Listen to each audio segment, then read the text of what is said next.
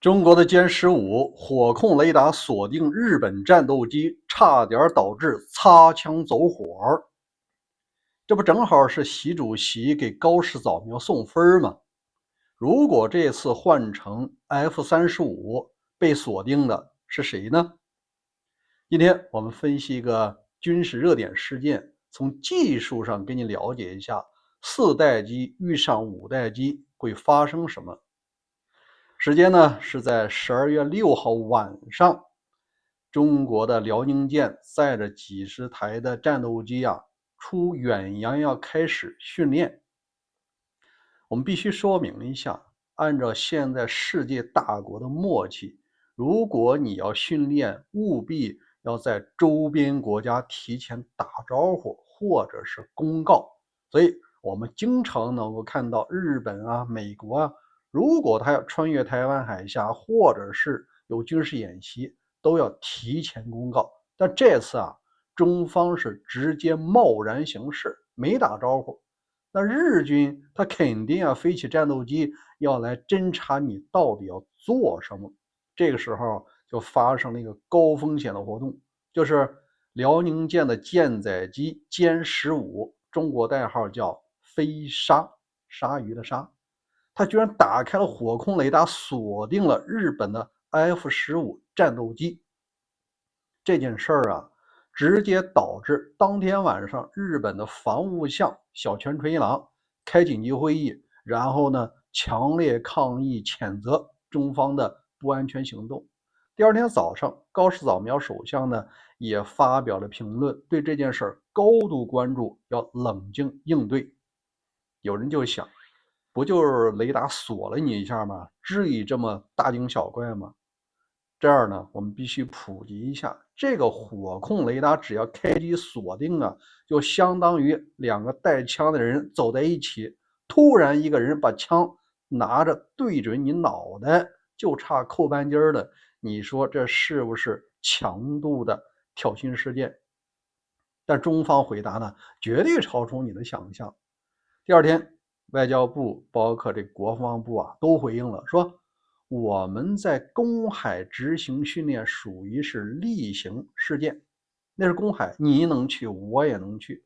但是呢，日方的飞机多次跟踪监视我们的行动，而且它属于叫恶意闯入，所以我们采取了相应的安全措施，所以我们是正常行事，无可厚非。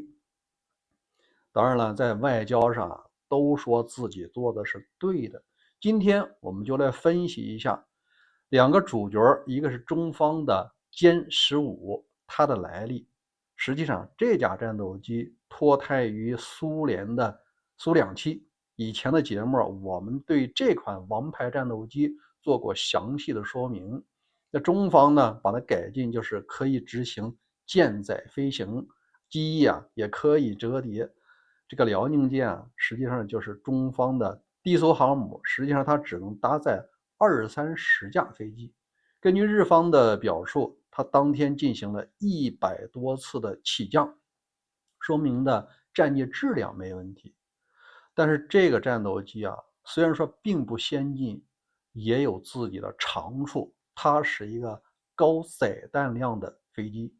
那相对应的，日方这次拦截的叫做 F-15，这个 F-15和美国本土的还不一样，它对于日本的海况做了一些升级，而且这个飞机是由三菱重工授权生产，你也可以把它理解为日化的 F-15。这个飞机也属于是舰载机，也属于是大载弹量。那这两个飞机都属于四代，假设这次锁定以后发射导弹，可以说99%日方一定是机毁人亡。为什么呀？因为距离是太近了，这已经是视距内的之间的沟通了。那就很多朋友问，为什么不飞这个 F-35？这个实际上处于是安全与外交的考量。因为我们必须深层次分析，这次事件实际上是习主席帮了高市早苗的忙。高市早苗上任还不到100天呢，民众的支持率超过70%。你说领导人通常达不到这个高度，那为什么这件事儿要扩大呢？又是紧急会议，又是外交照会，又是抗议，原因仍然是高市扫描要把中国的这种霸凌行为让民众知道，进而支持他提出来的日本国家正常化的策略。这个正常化呢，就是要摆脱和平宪法第9条对于日本不能成立军队的约束。你看，这个敌国恃强凌弱，都欺负到我们家门口了，我们还不反击吗？还不应该增加预算吗？还不应该同意美国的核潜艇进驻日本吗？实际上，习主席在这次交锋中可能又是送分了。那我们就来分析一下，假设这次日方飞的它不是这个 F-35，而是隐身的 F-35，会出现什么？那结果就是 F-35在超视距就已经侦测到了中方的歼15，它可以做到提前锁定。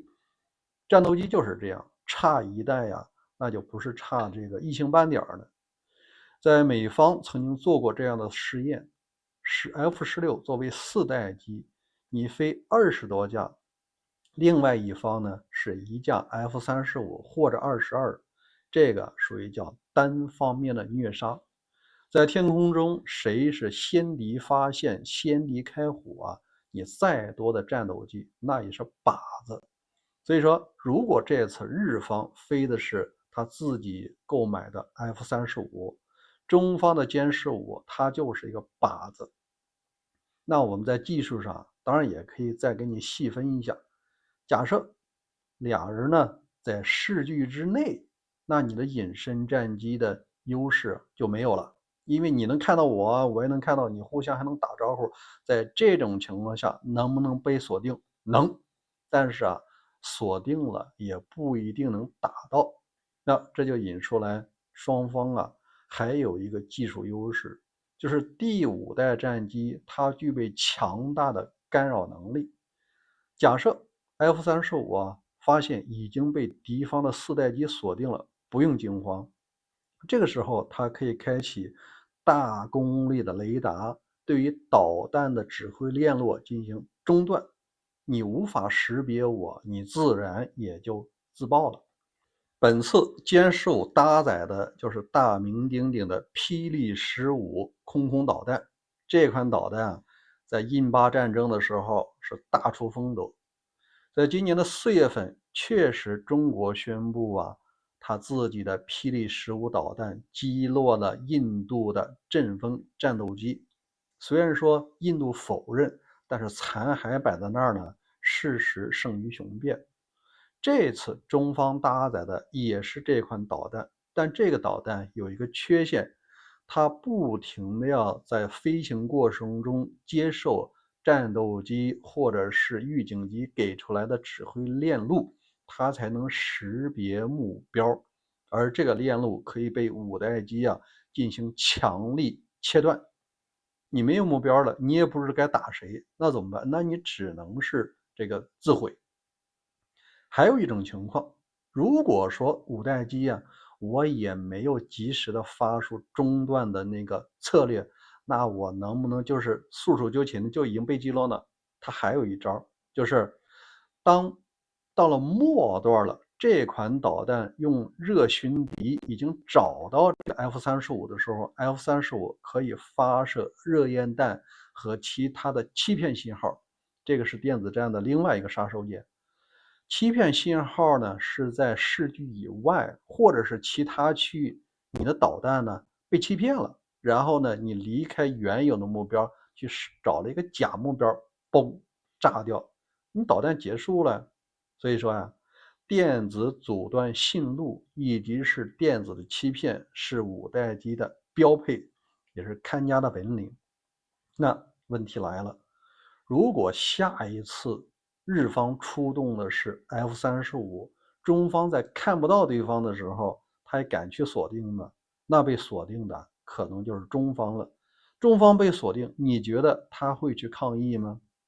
欢迎您在留言区留下自己的观点。接下来呢，我继续聊一下俄乌战场非常著名的一款导弹，它曾经摧毁了黑海舰队总部，那就是暴风阴影。如果您感兴趣，稍后一起关注大卫军情局，咱们详细聊聊。再见。